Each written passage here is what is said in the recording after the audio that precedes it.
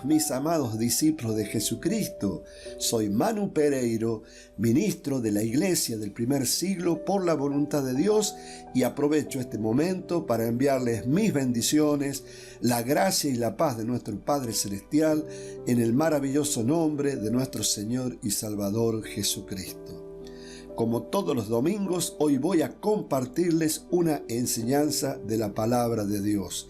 Y realmente quiero contarles que estoy sorprendido cómo nuestro adversario Satanás ha cauterizado las conciencias de la humanidad al punto tal que viendo no ven sus tremendas maquinaciones.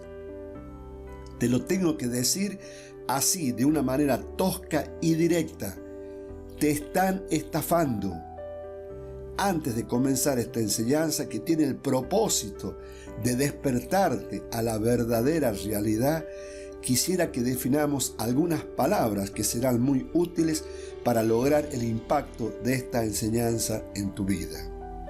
En primer lugar, ¿qué significa la palabra cauterizado? La palabra cauterizado proviene del verbo cauterizar, que tiene su origen en el latín cauterizare, y a su vez del griego cauterión, que significa quemadura o hierro candente.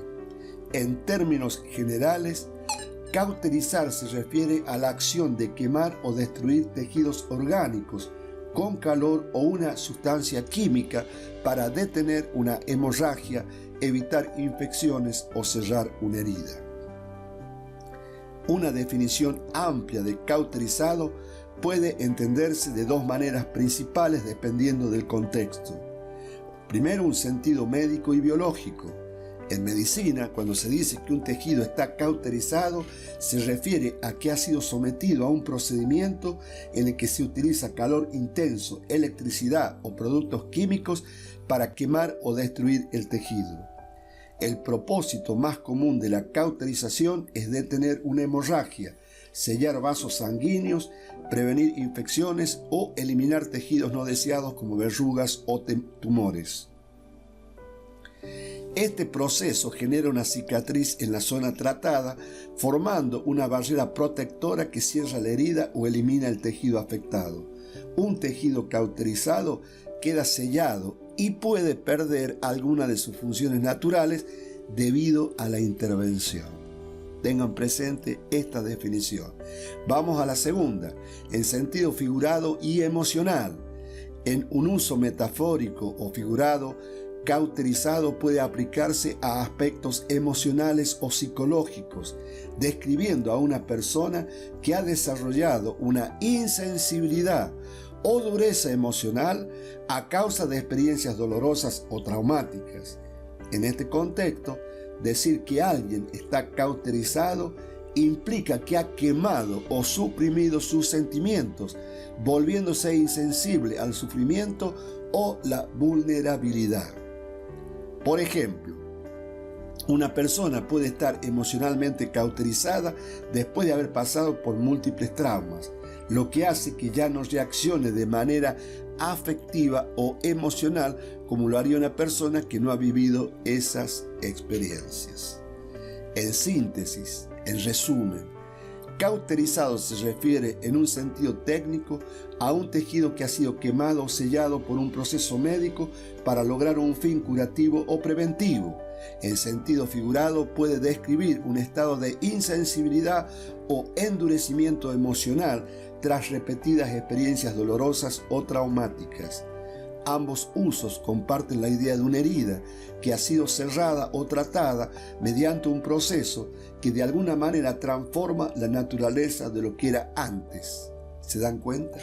Fíjense qué tremenda definición en el sentido metafórico, cómo el adversario, por medio de crear situaciones en tu vida y en la vida de la sociedad en general, ha cauterizado tu conciencia para que viendo no veas lo que realmente está pasando. Te has vuelto insensible, espiritualmente hablando. No alcanzas a ver lo que tienes delante de tus ojos. Por hacer un paralelismo, la sociedad, la generación en la cual Cristo estuvo viviendo, ¿no tenía la conciencia cauterizada? Claro que sí, por esa razón ellos no veían quién era ese hombre. Ahora, Dios permitió que eso pasara. ¿Para qué? Para cumplir su propósito final, que ese hombre, Jesucristo, pagara por nuestros pecados y luego se pudiera hacer disponible, ¿no es cierto?, la salvación como hoy está disponible gracias a ese sacrificio y a esa obra redentora de nuestro Señor y Salvador. Entonces, esa es la tarea del adversario de Dios. Él crea una serie de situaciones que hacen que vos no te interese la palabra de Dios. Primero te da un marco de seguridad, de bienestar, entre comillas, para que vos no necesites de Dios. Pero mientras ese proceso se va creando, te va haciendo insensible a las cosas de Dios. Fíjense, por favor, vamos a ver la otra definición de la expresión te están estafando. Es una advertencia clara y directa que indica que alguien está siendo víctima de un engaño o fraude intencionado. Esta frase tiene connotaciones tanto legales como emocionales y puede abarcar una amplia variedad de situaciones en las que se busca explotar la confianza, el desconocimiento, ténganlo presente, o la buena fe de una persona para obtener un beneficio ilícito. A continuación vamos a ver una definición más amplia desde diferentes perspectivas. Realmente, tener estos conocimientos y relacionarlos con la palabra de Dios y con el mundo espiritual abre nuestra mente. Miren, definición general. Te están estafando significa que alguien está llevando a cabo una acción deshonesta con la intención de engañar o defraudar a una persona aprovechándose de su confianza, credulidad o falta de información. Vuelvo a repetir, o falta de información. El propósito de la estafa suele ser obtener un beneficio económico o material, aunque también puede ser para obtener algún otro tipo de ventaja personal o manipular a la víctima de alguna forma. ¿Qué es lo que hizo Satanás con Eva? No la manipuló, no la estafó, no la engañó, diciéndole no moriréis, sino que sabe Dios que cuando comas del árbol de la ciencia del bien y del mal, serán abiertos vuestros ojos y seréis como Dios. Pero él le mintió. No moriréis, le dijo. No moriréis. La estafó. Ahora, yo te hago una pregunta. ¿Tú crees que Satanás ha cambiado su plan de acción? Para nada. Él sigue operando de la misma manera como operó en ese momento crucial de la historia de la humanidad. Él te sigue mintiendo, Él te sigue engañando, Él te sigue manipulando y Él te sigue estafando por medio de diversas herramientas. Una de ellas, por ejemplo, como lo decía anteriormente, es brindarte un entorno de aparente seguridad y bienestar económico. ¿Para qué? Para que mientras vos estás confundido en ese tema, él pueda impactar tu mente con un montón de frases, un montón de pensamientos, un montón de filosofías y doctrinas contrarias a la palabra de Dios. Directamente contrarias a la palabra de Dios. Hoy, en nuestra sociedad, ¿cuántas personas creen en Dios? ¿Cuántas personas creen que la Biblia es la palabra y la voluntad revelada de Dios? ¿Cuántas personas creen en espíritus diabólicos, en potestades, en autoridades celestiales, etcétera, etcétera? Como dice Efesios capítulo 6, versículo 12. Potestades de maldad en las regiones celestes. Fíjense la definición. Alguien está llevando a cabo una acción deshonesta con la intención de engañar, defraudar o manipularte. Y eso es lo que está haciendo Satanás y tengo que confesarlo con singular éxito. Hoy las personas no creen en la palabra de Dios. Yo lo veo a diario en la televisión, más de una oportunidad alguien le pregunta a otro, ¿nos morimos y qué pasa? Fíjense lo que contesta la mayoría de las personas. No pasa nada, nos morimos y nos morimos. No hay otra vida.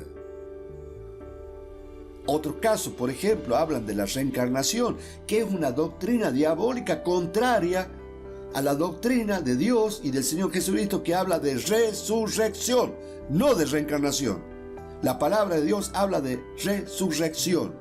Y el diablo te engaña diciendo que existe una reencarnación. Personas cristianas creen en la reencarnación. Sigamos viendo algunas definiciones realmente muy interesantes. Desde un punto de vista legal, la estafa es un delito tipificado en la mayoría de las legislaciones del mundo. La expresión "te están estafando" puede referirse a un acto en el que una persona o entidad utiliza medios fraudulentos, mentiras o falsedades para hacer que la víctima entregue dinero, propiedades u otros recursos de valor bajo falsas pretensiones. ¿Sabe cuál es el engaño? ¿A cambio de qué? Tu alma, hijo de Dios, tu alma, tu vida eterna. Te quieren robar tu vida eterna.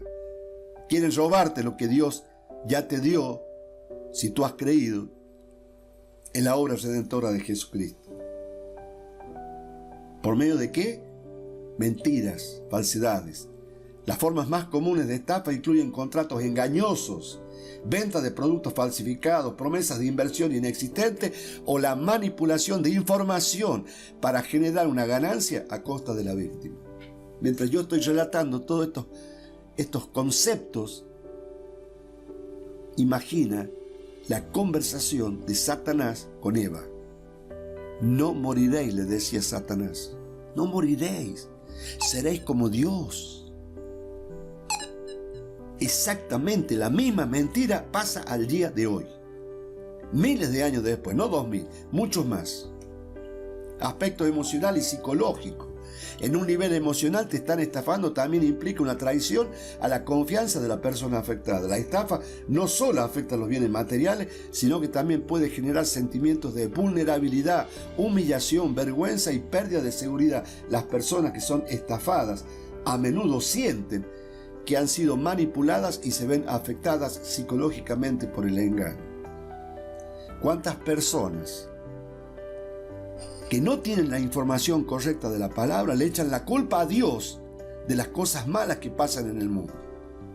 Cuando el verdadero autor de esas cosas malas, la muerte, los terremotos, las tragedias, los huracanes y tantas cosas negativas, provienen de Satanás, y la palabra de Dios lo enseña claramente.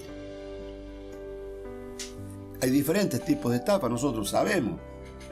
Estafa financiera, estafa en ventas, estafa emocional, manipulación de los sentimientos, la confianza de alguien para obtener dineros o favores. Estafa digital, eso es muy común en estos momentos, por medios tecnológicos para engañar, como correos electrónicos falsos, suplantación de identidad o fraudes en línea. Y estafa relacional, personas que fingen amor o amistad para obtener bienes o servicios.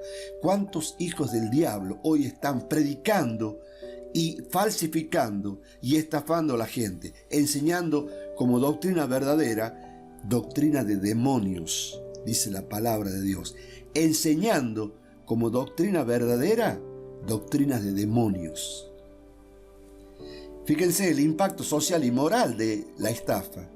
La expresión "te están estafando" también puede tener una dimensión moral, donde la víctima se siente utilizada por alguien que en muchos casos no tiene respeto por las reglas de convivencia social ni por el bienestar de otro. Socialmente, las estafas minan la confianza en las relaciones humanas y en las instituciones, generando un ambiente de desconfianza generalizada. Es lo que te acabo de citar.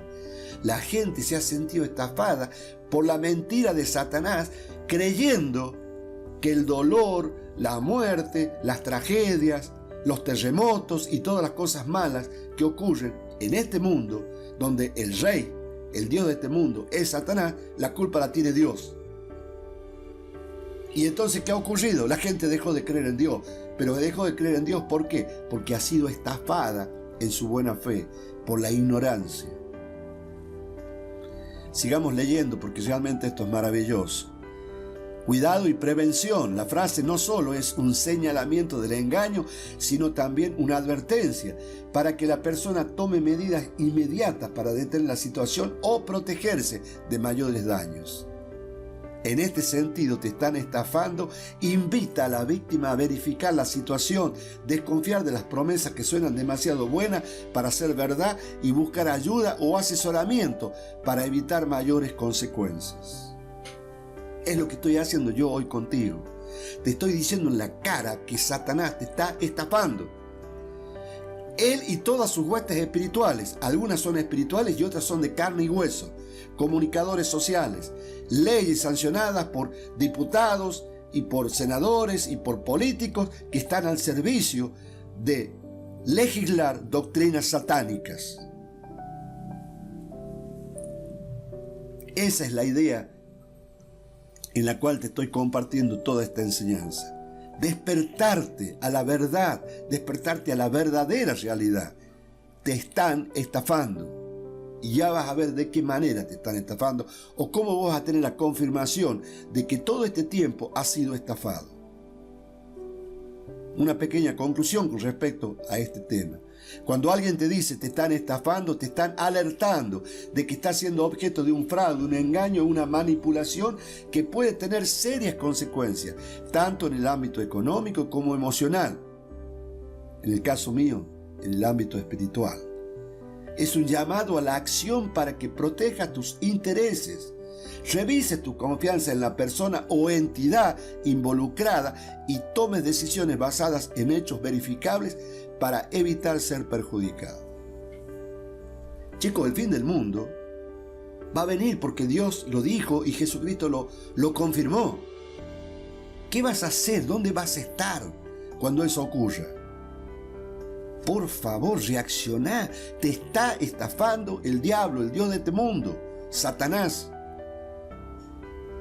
Aleluya. Cómo nos abre la cabeza leer y entender estas definiciones para darnos cuenta dónde estamos parados.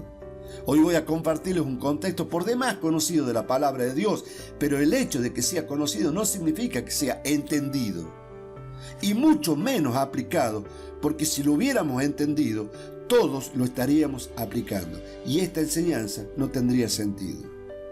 Pero antes de comenzar esta enseñanza, deseo abrir esta enseñanza con este versículo preparatorio. Acompáñenme por favor a Filipenses capítulo 3 versículo 1. Por lo demás, hermanos, gozaos en el Señor.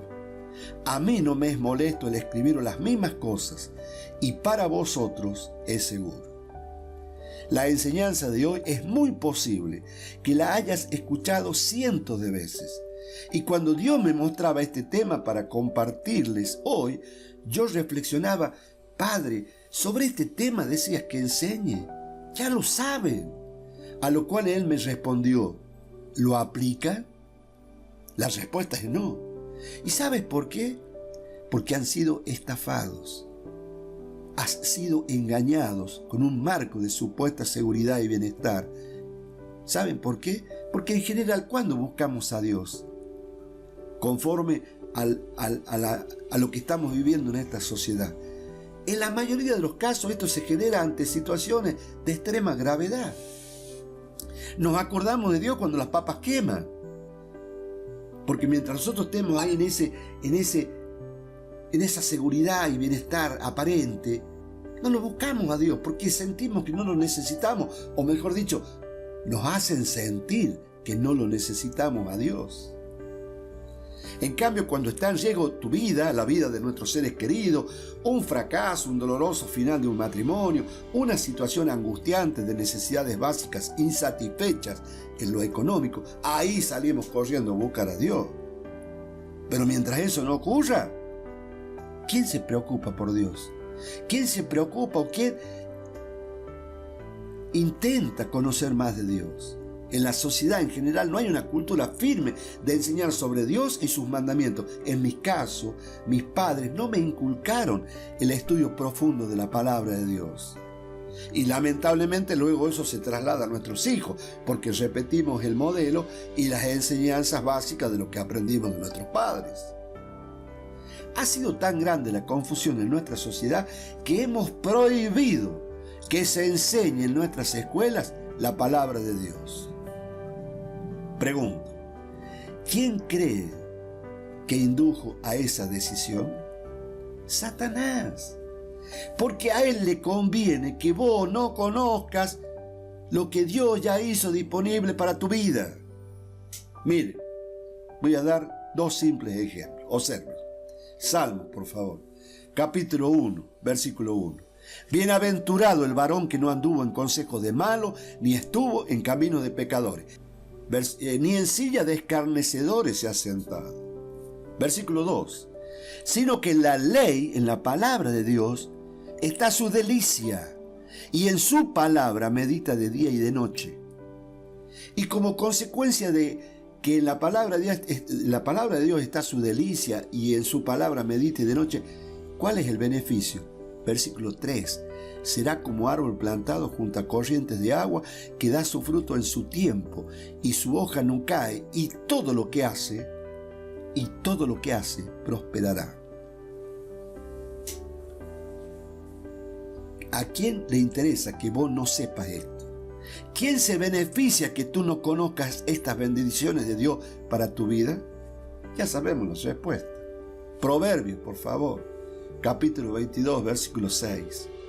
Instruye al niño en su camino, y aun cuando fuere viejo, no se apartará de él. Yo lo he vivido con mis hijos. Yo tuve dos etapas en mi crecimiento espiritual. Una etapa en donde yo me comprometí con Dios durante muchos años y le transmití eso a mis dos hijos mayores. Luego, por diferentes razones, conflictos emocionales, abandoné un tiempo la palabra de Dios y mis hijos de segunda generación, digamos así, no tuvieron el mismo impacto que tuvieron mis hijos mayores. Por esa razón, mis hijos mayores hoy tienen una conciencia más fuerte con respecto a Dios. Los otros también tienen conciencia de Dios, pero los dos primeros están más comprometidos. Y esa fue la falla mía como padre. Por eso, cuando tú instruyes al niño en el camino de Dios, aun cuando fuere grande, cuando fuere viejo, no se apartará de él. Esa es la cultura que tenemos que transmitir a nuestros hijos, para que a su vez nuestros hijos la hagan con sus hijos, con sus hijos de sus hijos.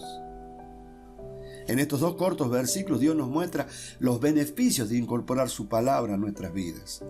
Satanás decía todo lo contrario. Tengo que reconocer que ha tenido mucho éxito, porque él logró cauterizar sus conciencias de lo que realmente le conviene al ser humano. Hoy solo el 30% de la población mundial es cristiana. ¿Y cuántos de esos más de 2.000 millones conocen y aplican las recomendaciones de Dios para que sus vidas sean vidas abundantes y poderosas y victoriosas? Dios me encomendó la tarea de llamarlos a la reflexión, llevarlos a la luz de la palabra de Dios. Acompáñenme, por favor, al libro de Mateo, en el capítulo 6, y comenzando en el versículo 25. Por tanto os digo, dice nuestro Señor y Salvador, no os afanéis por vuestra vida, qué habéis de comer o qué habéis de beber, ni por vuestro cuerpo, qué habéis de vestir. ¿No es la vida más que el alimento y el cuerpo más que el vestido? ¿Hace falta que yo haga alguna acotación con respecto a esta tremenda exhortación? ¿Qué te enseña el mundo, influenciado por el adversario de Dios? A que vivas afanado, pensando qué comer, qué beber, qué te vas a poner, qué le vas a dar de comer a tus hijos. Ansiedad, afán. Versículo 26. Mirad las aves del cielo, que no siembran ni ciegan, ni recogen en graneros, y vuestro Padre Celestial las alimenta. ¿No valéis vosotros mucho más que ellas? Qué tremenda comparación, ¿no? ¿No valgo yo más que un ave? ¿Y quién de vosotros podrá, por mucho que se afane, el versículo 27, añadir a su estatura un codo? Acá hay un llamado de atención a la estafa que estás viviendo. El mundo te dice que vos tenés que afanarte y vivir en ansiedad. Y Dios, a través de nuestro Señor y Salvador Jesucristo, te dice todo lo contrario. ¿A quién le vas a creer? ¿Con quién te vas a manejar? ¿Con qué premisa te vas a manejar? Dios te está diciendo, oye, despierta, te están estafando. Versículo 28. Y por el vestido, mujeres, que va más allá del vestido, el auto, la casa, la imagen. ¿Por qué os afanáis? Considerad los lirios del campo, cómo crecen. No trabajan ni hilan, pero os digo que ni aun Salomón con toda su gloria se vistió así como uno de ellos. Versículo 30. Y si la hierba del campo que hoy es y mañana se echa en el horno, Dios la viste así, ¿no hará mucho más a vosotros, hombres y mujeres de poca fe? Versículo 31. No os afanáis pues diciendo que comeremos o que beberemos o que vestiremos. Analizalo, por favor. ¿Qué te está diciendo el mundo? Vives afanado, vives con ansiedad. ¿Por qué? Porque te están engañando, te están estafando a que te preocupes de cosas que no tienen importancia. Versículo 32. Porque los gentiles, los ignorantes, acá el contexto de gentiles, no en el sentido de que pertenecen al otro grupo, que no son judíos, sino en el sentido de ignorantes, buscan todas estas cosas. Los ignorantes buscan todas estas cosas. Dios te está mostrando la verdad. Has sido estafado y sos un ignorante. Porque estás afanoso, porque estás ansioso y porque vas en busca de las cosas materiales que vuestro Padre Celestial, versículo 32, sabe que tenéis necesidad de todas estas cosas. Si Dios alimenta a las aves, si Dios viste a las hierbas del campo con la belleza con la que viste, ¿no va a cubrir tus necesidades? Ahora, la clave para que Dios pueda cubrir esas necesidades es que lo pongas a Dios primero. Deje de poner primero a las cosas que hoy están y mañana no están. Ese es el contexto, esa es la enseñanza. Versículo 33. Mas buscad primeramente el reino de Dios y su justicia, y todas estas cosas que tú necesitas serán añadidas. ¿Cómo te imaginas que vive hoy un animal?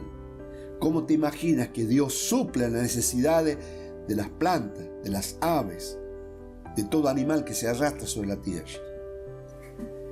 En este pasaje Jesús nos invita a no preocuparnos por las necesidades materiales de la vida, como el alimento, la bebida o el vestido. Él nos recuerda que la vida es más que esas cosas y que Dios, nuestro Padre Celestial, cuida de cada una de nuestras necesidades si lo ponemos a Él en primer lugar. Fíjense, Mateo 6:25 dice, por tanto os digo, no os afanéis por vuestra vida. Esa es la clave. El mundo dice todo lo contrario y lamentablemente la mayoría de las personas nos afanamos en vez de recurrir a la palabra de Dios. ¿Qué habéis de comer o qué habéis de beber ni por vuestro cuerpo? ¿Qué habéis de vestir? ¿No es la vida más que el alimento y el cuerpo más que el vestido? Fíjense, afirmando este concepto, acompáñenme a Salmos, en el capítulo 37, en el versículo 25, dice, joven fui y he envejecido, y no he visto justo desamparado, ni su descendencia que mendigue pan. Aquí el salmista reafirma que Dios siempre cuida de los suyos. Ese es un tema que tenemos que tenerlo presente, una y otra vez recordarlo. Por eso, como yo les decía al principio, a mí no me es molesto recordaros las mismas cosas y para vosotros es seguro. Es la exhortación de Pablo por revelación de Dios. Mateo, versículo 26. Mirad las aves del cielo que no siembran ni ciegan, ni recogen en graneros, y vuestro Padre Celestial las alimenta. ¿No valéis vosotros mucho más que ellas? Jesús señala a las aves del cielo. Ellas no siembran, no recogen, pero Dios las alimenta. Si Dios cuida así de las aves, ¿cuánto más de nosotros? Y por último, la exhortación final en Mateo 6:33. Mas buscad primeramente el reino de Dios y su justicia, y todas estas cosas, todo lo que nos hace falta para nuestra vida terrenal, os serán añadidas. Este versículo es la clave. Debemos poner a Dios primero y Él se encargará de proveer lo demás. Una vez más, para confirmar todo este contexto, acompáñenme por favor al libro de Filipenses, capítulo 4, versículo 19. Mi Dios pues suplirá todo lo que os falta conforme a sus riquezas en gloria en Cristo Jesús. Pablo confirma la fidelidad de Dios al suplir nuestras necesidades cuando vivimos en su voluntad. Y acá siempre está la confrontación permanente. ¿Qué te dice el mundo? Te dice todo lo contrario a lo que Dios dice en su palabra. ¿A quién le vas a creer? ¿Con quién te vas a manejar? Dios nos invita a vivir con una mentalidad de confianza en Él y no manejados por el afán y la ansiedad. Poner a Dios primero implica buscar su presencia cada día, seguir sus mandamientos y confiar en que Él suplirá nuestras necesidades materiales y espirituales. Hoy es el momento de decidir vivir en esta verdad, poniendo nuestras preocupaciones a sus pies y enfocándonos en lo que realmente importa: el reino de Dios y su justicia. Haz de este día un punto de inflexión. Elige poner a Dios en el centro de tu vida y verás cómo Él transforma todo lo demás. De eso te lo puedo garantizar. Confía en Él y verás su fidelidad manifestarse. Querido amigo, querida amiga, esta enseñanza, tantas veces escuchadas, sin duda que tienen que despertarte a la verdadera realidad. No permitas que Satanás te siga estafando. Que Dios te bendiga y nos vemos el próximo domingo. Chao, chao.